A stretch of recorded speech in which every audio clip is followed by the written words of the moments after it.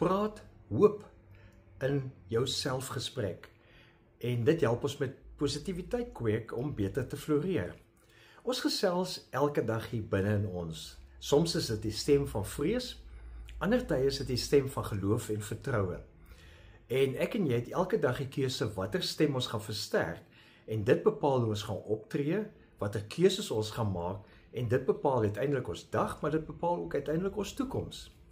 Ons hoor hierdie eerlike hantering van die innerlike selfgesprek in die psalmgedig van die Koragiete.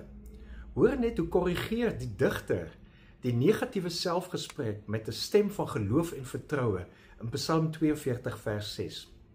Waarom is ek so in vertwyfeling en waarom kerm ek so? Vertrou op God. Ja, ek sal weer vir hom 'n loflied sing. Ons hoor hier duidelik hoe die psalmis kies om sy eie hart aan te spreek met die geloofswoorde, vertrou op God. Nou, navorsing in positiewe sielkunde wys dat positiewe selfspraak 'n baie sleutelrol speel in menslike welstand en ook in ons veerkragtigheid. Volgens Keyes en Haid is om te floreer nie net die afwesigheid van depressie nie, dis ook die teenwoordigheid van emosionele, sielkundige en sosiale welstand. Interessant is een van die kerngewoontes van mense wat floreer, die vermoë om hulle self met hoop en doelgerigtheid toe te spreek. Hulle praat hulle self hoop en doelgerigtheid in. Positiewe selfspraak help ons om ons brein se fokus te verskuif van bedreiging na moontlikheid. Dis letterlik 'n geestelike en 'n neurologiese herbedrading van ons neurobane van hoop.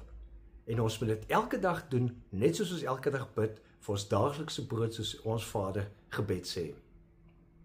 Prakties beteken dit so eenvoudig soos om jou eie naam te gebruik en te sê, Jannie, jy kan dit doen.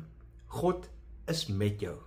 Sodra jy negatiewe selfgesprek in jouself herken en begin ervaar jy begin dit doen, verander dit dadelik in 'n hoopvolle gesprek, soos ek kry swaar en ek voel nou moedeloos, maar ek weet God is getrou.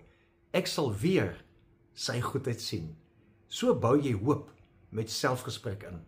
Leef geïnspireerd.